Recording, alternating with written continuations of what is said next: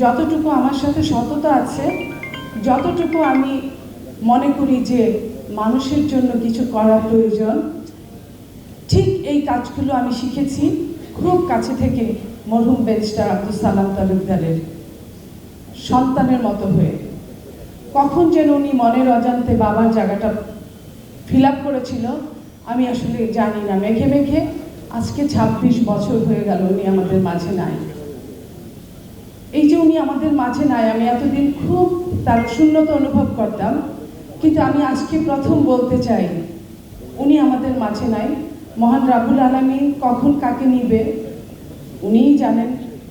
উনাকে হয়তো সঠিক সময় নিয়ে গিয়েছেন, কারণ আমি বলবো উনি ভাগ্যবান। ভাগ্যবান এই জন্যই বলবো যে উনাকে এই সিন্ডিকেটদের দেখতে হচ্ছে না, উনাকে ত্যাগী নেতা নেত্রীদের চরম অবমূল্যায়ন দেখতে হচ্ছে না, উনাকে নৈতিকতার চরম অধঃপতন দেখতে হচ্ছে না। আমরা যারা আছি আমরা অভাগা, আমরা অনেক কিছু ইচ্ছা থাকলেও আমরা করতে পারি না, করতে পারছি না। আমার মনে হয় আজকে যারা মঞ্চে আছেন এই জায়গাটা যদি আপনারা একটু অনুধাবন করেন, তাহলে ব্যারিস্টার মরহুম আব্দুস সালাম তালুকদার আত্মা শান্তি পাবে।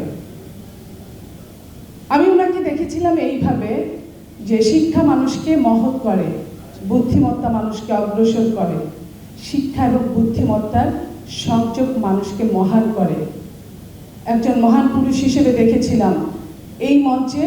আমি জানি না আগামী বছর আমিও হয়তো থাকবো না, এরকম অনেকেই থাকবে না।